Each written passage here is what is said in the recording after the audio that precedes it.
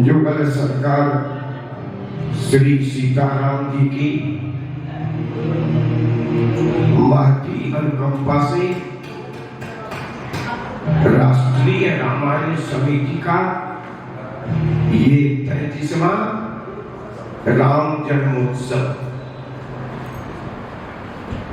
मैं सर्वप्रथम व्यासपीठ से समागत सभी सज्जन बिंदुओं का, भक्तों का, माताओं का अभिनंदन करता हूँ।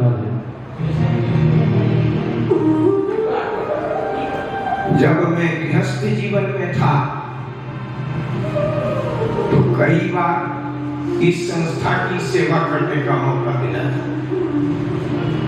विरक्त तो नहीं हुआ, वानप्रस्थी जरूर हो गया। घर का त्याग करके चित्रकूटवास, वृंदावनवास। मैं आभारी हूँ आप सबों का कि मुझे दास को आमंत्रित किया। जब मुझे ये आमंत्रण मिला तो मैं सोचने लगा, विद्वानों की ये सभा, इसमें क्या प्रसंग ऐसा दिया जाए कि श्रोता महानुभावों को लगे, मन को आनंद मिले। तो मैंने 2 प्रसंग चुने। राम कौन, अवतार क्यों? अवतार किसका? राम कौन, अवतार क्यों? अवतार का कारण क्या? भगवान अवतरित क्यों होते हैं? जो निराकार है वो निराकार कैसे? जो निराकार है वो निराकार कैसे? बीच में 1 मिनट समय चाहूंगा। मैं वृंदावन धाम से पधारे समस्त संगीत बंधुओं का अभिनंदन करता हूं। राम कौन?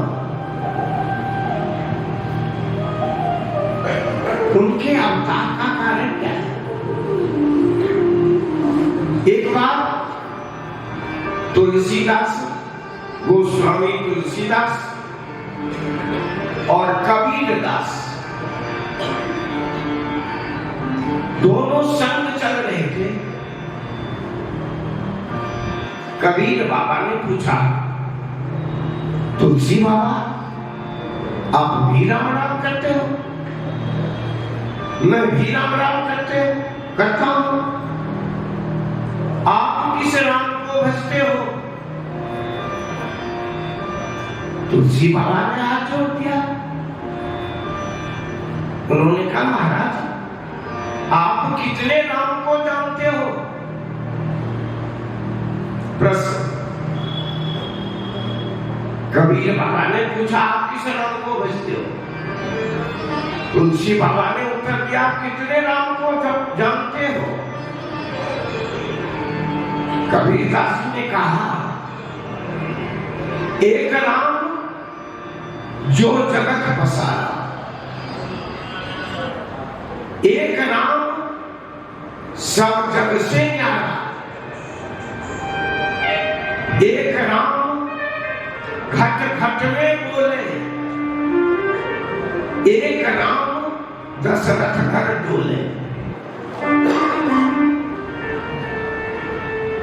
एक राम जो जगत पसारा, एक राम सब जग से न्यारा, एक राम घट घट में बोले, एक राम दशरथ घर डोले।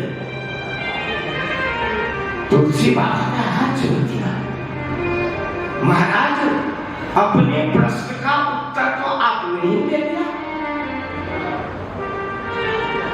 आप एक को हटा दीजिए, वहां शब्द लगा दीजिए वही,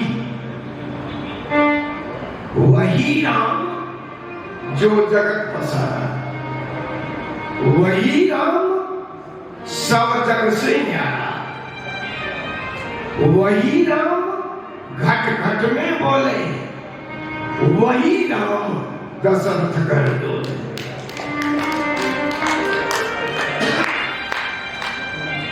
माता सती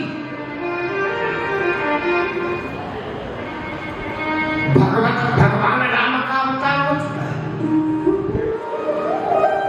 जानकी माता का हरण हो चुका है।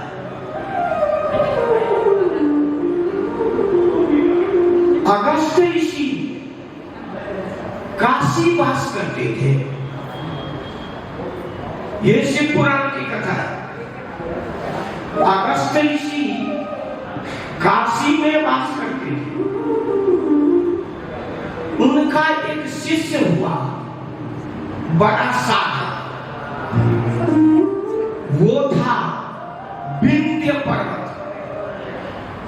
शिव पुराण की कथा अपने प्रश्न का स्पष्टीकरण देने के लिए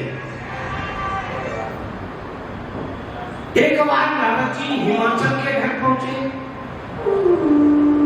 हिमालय पर्वत ने कहा, नारद जी, संत का आगमन बड़े भाग्य से होता है, बड़ी कृपा करी, अपने दर्शन दिया। हमारे 100 पुत्र हैं, एक पुत्री है,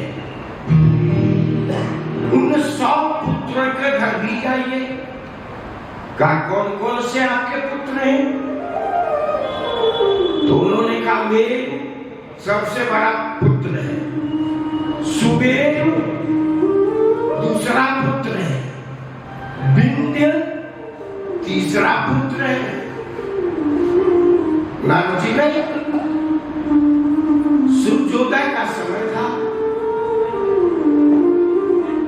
नारद जी ने सूक्ष्म दृष्टि से देखा कि मेरु पर्वत सूक्ष्म रूप से सूर्योदय होते ही आकाश की तरफ उठने लगा है।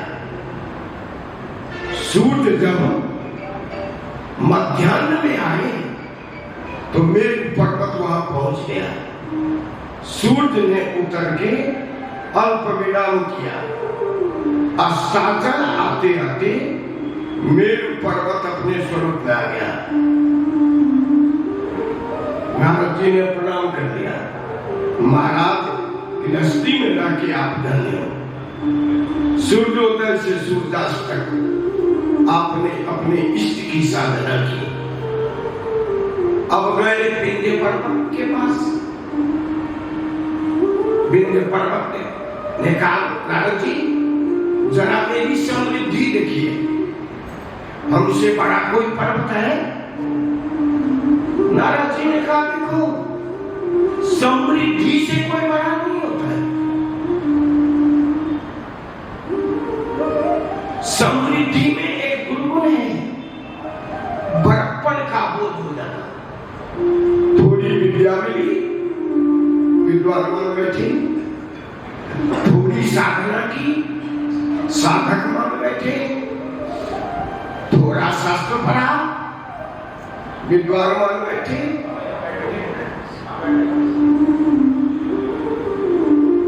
मेरु पर्वत को बना लगा। वो काशी आया, एक शिवलिंग लिया, उपासना शुरू की। मैं संसार में सबसे बड़ा बन जाऊं। इतना बड़ा बना कि सूर्य का प्रकाश ब्रह्मांड में आधा ही जाता था,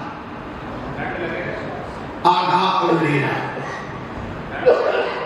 सब देवता गए, ये क्या कर दिया? नारद जी ने कहा, ये उदंड है, घमंड में ये बढ़ गया है। ब्रह्मांड में रोशनी तो चाहिए, चलो अगस्त ऋषि के पास। अगस्त उनके गुरु हैं। अगस्त भी काशी में वास करते थे। अगस्त ऋषि को कहा, महाराज अपने शिष्य की उदंडता को शांत करो। कहा क्या करो? नारद जी ने कहा उसके सामने से गुजरो। कितना भी उदंड शिष्य होगा, गुरु को देख के दंडवत करेगा, वो झुकेगा। आप कहना जब तक लौट के आओ ऐसे ही पड़े। विश्वनाथ के शरण में गए, रोने लगे। कहा काशी का वास, काशी छूट रहा है, आपके दर्शन छूट रहे हैं। नित्य आपको मैं राम कथा सुनाता था। भगवान शंकर ने कहा जगत कल्याण के लिए जाइए। कल तक आप आके कथा सुनाते थे, कल के बाद आप जहां होंगे मैं वहां आके आपको कथा सुनाऊंगा। अगस्त ऋषि दक्षिण भारत चले गए। आज भगवान शिव माता सती के संग अगस्त आश्रम पहुंचे। राम कथा मुनिवर्ज बखानी। अगस्त ऋषि ने राम कथा का गायन किया। लौट के आ रहे थे, उसी समय जानकी का हरण हुआ। राम जी खड्ग वृक्षों से पूछ रहे थे, तुम देखी सीता मृग नहीं? भगवान शिव ने दर्शन किया। अरे जिनकी कथा सुन के आ रहा हूं वो लीला बहू अभी लीला कर रहे हैं। भगवान के दो रूप हैं, एक ऐश्वर्य, एक माधुर्य। ऐश्वर्य रहता है त्रिपाद विभूति में, वैकुंठ, गोलोक, साकेत। एक जगह विष्णु रूप में। राम भक्तों के लिए दूर पूजा वाले वो विष्णु ही राम बन जाते हैं। कृष्ण भक्तों के लिए वही कृष्ण बन जाते हैं। राम एवं कृष्ण ब्रह्मवत पुराण। किसी अंतर न हो जाए अपने प्रसंग पर। शिव जी को आनंद आ गया, हाथ जोड़ लिया। जय सच्चिदानंद जग पावन, असकई चलो मनोज न सावन। माता सती ने देखा, अरे सच्चिदानंद जो रो रहा है उसका नाम सच्चिदानंद। भगवान शिव जी ने कहा, अरे लीला है। कोई राजा का बच्चा ड्रामा में अगर भिखारी का रोल करे तो भिखारी थोड़े हो जाता है। मूल रूप तो राजा ही है। शिव जी ने बड़ा समझाना चाहा। अंत में माता सती ने प्रश्न कर दिया, ब्रह्म जो व्यापक बीरज अज अकल अनीय अभेद सो की देह धरी होई न जिनहि न जानत वेद। ब्रह्म अवतार क्यों लेता है?